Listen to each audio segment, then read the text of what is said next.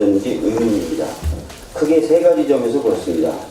우선 곽상도 전 민정수석, 이중희 전 비서관은 지난 3월 말에 수사 권고가 되었음에도 불구하고 각 1회씩만 조사했고, 특히 곽상도 현 자유한국당 의원은 서면으로 수사했는데 과연 검찰이 수사 의지가 있었던 것인지 의심이 갈 수밖에 없습니다. 다음으로 경찰 수사 라인에 대한 불이익 인사 조치에 대해서 불이익 인사 조치를 당한 사람보다는 박근혜 정부 들어서 교체된 경찰청장 등에 대한 조사에 의존하였는데, 이것으로 불이익한 인사 조치가 있었는지에 대해서 충분히 수사가 되었다고 볼 수 없을 것 같습니다. 마지막으로 한상대, 윤갑근 등 검찰 고위간부 출신들에 대해서는 과거사위가 수사 공고를 한 지 채 일주일도 되지 않아 단서를 발견하지 못했다고 하면서 이들에 대한 추가 수사 계획도 내놓지 않았습니다. 제대로 수사할 의지가 없었던 것으로 보입니다. 국민은 김학의 전 차관이 이렇게 부적절한 처신을 했는데도 불구하고 청와대에서 임명을 강행한 그 경위와 과정이 궁금한 것입니다. 그리고 검찰이 윤중천과 어떤 관계였고 어떤 범죄들을 덮어주었는가를 궁금해하고 있습니다. 그런데 이런 것들에 대한 답은 전혀 없었습니다. 여한석 검사장이 수사단의 단장으로 선임되었을 때 임은정 검사가 했던 걱정과 우려가 현실화된 것은 아닌가 싶습니다. 문재인 정부가 탄생하면서 많은 국민이 사법개혁을 요구하셨는데 과연 검찰이 새로운 시대정신 그리고 국민의 강한 요구에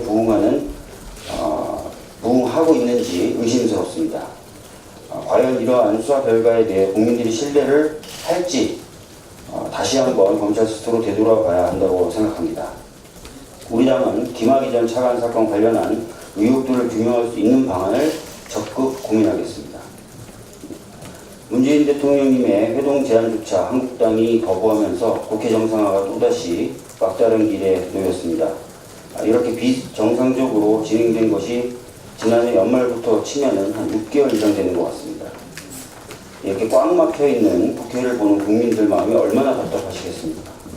또 국회의원이 법을 어기고도 당당한 모습, 자신들의 잘못에 대해서는 뻔뻔하게 보는 모습, 국민들을 무시하는 막말을 쏟아내는 모습을 보면서 얼마나 자괴감을 많이 느끼시겠습니까?